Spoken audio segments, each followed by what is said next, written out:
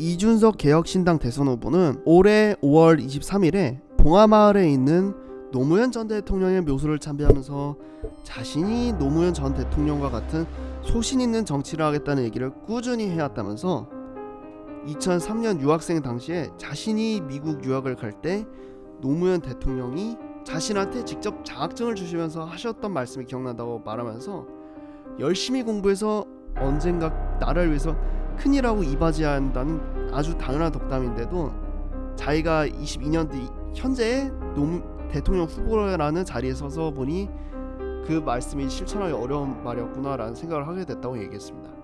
근데 잠깐만요.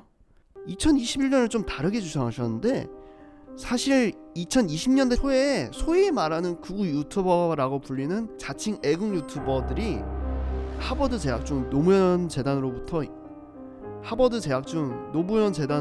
이준석 후보가 당시에 장학금을 받았다는 주장을 한 적이 있었습니다. 2021년 당시 이준석 후보는 페이스북에 반박글을 업로드하면서 주장이 같이 제기했던 노무현 유시민 추천서를 통한 하버드 입학설과 같이 부정하면서 하버드 졸업 후 노무현 재단이 설립되면서 노무현 재단 장학금을 받지 않았다고 주장했습니다.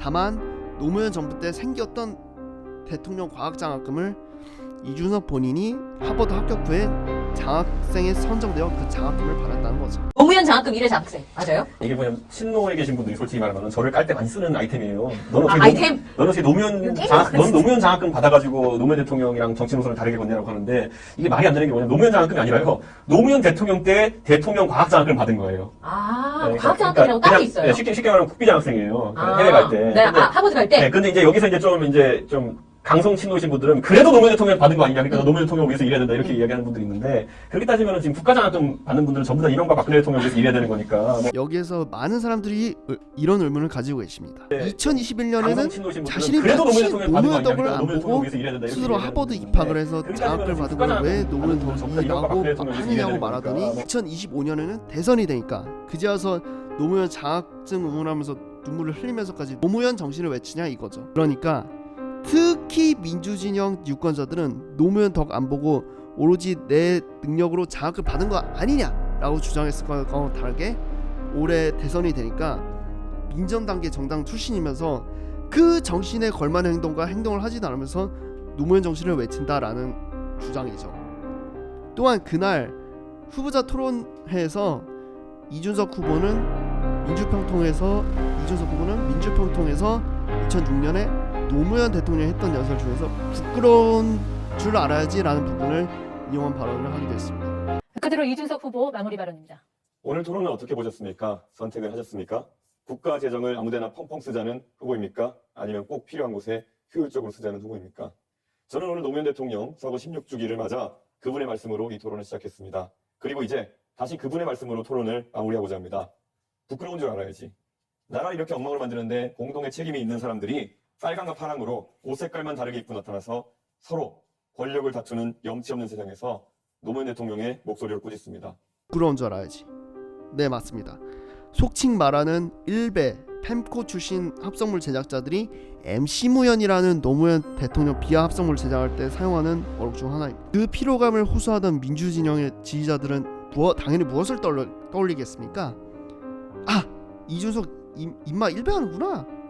이준석은 역시 펜코 대통령이구나 이렇게 생각하겠죠. 이것을 민주진영 지지자들의 단순 민감함 내지는 선동으로 취급할 게 아니라 스스로의 언행과 길을 되돌아볼 필요가 있다는 것입니다. 정기 입문 계기는 한나라당 비대위 시기에 20대의 나이로 비대위원회에 임명됐던 박근혜 비대위 체제 아니었습니까? 이때 이준석 후보의 별칭 중 하나가 박근혜 키즈였습니다. 이준석 후보 본인은 현재로서는 지금 그 정도의 친밀한 관계가 아니라고 주장하죠.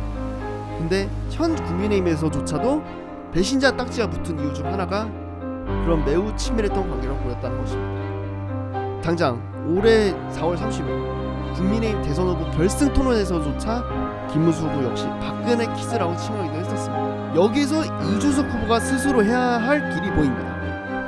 바로 지금이야말로 자신의 길을 개척하는 것이죠. 그런데 자신만의 길을 개척하지 않고 계속 누군가의 정신을 언급하면서 그 길을 가겠다는 말은 결국 그저 누군가의 표절의 길을 걷겠다는 말로밖에 보이지 않을 겁니다. 허은하 전 의원 역시 이렇게 주장했었죠. 노무현의 이름을 반복적으로 호출하고 노무현의 노회찬의 정신을 차용하며 손학규의 메시지는 인용합니다. 개인적으로 말씀드리자면 이런 비판적인 주장이 쏟아지는 것에 대해 이준석 후보는 진지하게 자신의 방향을 고찰해볼 필요가 있다는 것입니다.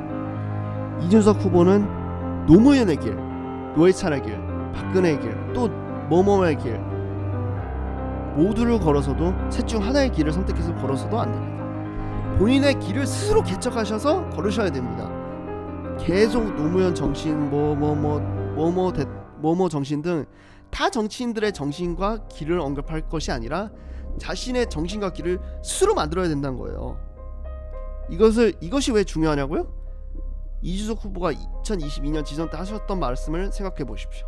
대통령 하나 바꿨는데 대한민국의 국격이 올라가는 느낌이 듭니다. 우리 윤석열 대통령은 약속을 지키는 사람입니다. 욕먹어도 할 일은 하겠다는 사람입니다. 이 말씀이 결국 윤석열에게 토사구팽 당한 후에 아킬레스건으로 돌아왔다는 것을 절대 잊으셔선 안 됩니다. 더 이상 노무현, 노회찬, 박근혜, 뭐뭐뭐 정치는 스스로 의지하시면 안 된다고 생각합니다. 스스로의 길을 개척하지 못하는 정치인은 파멸을 맞이할 뿐입니다.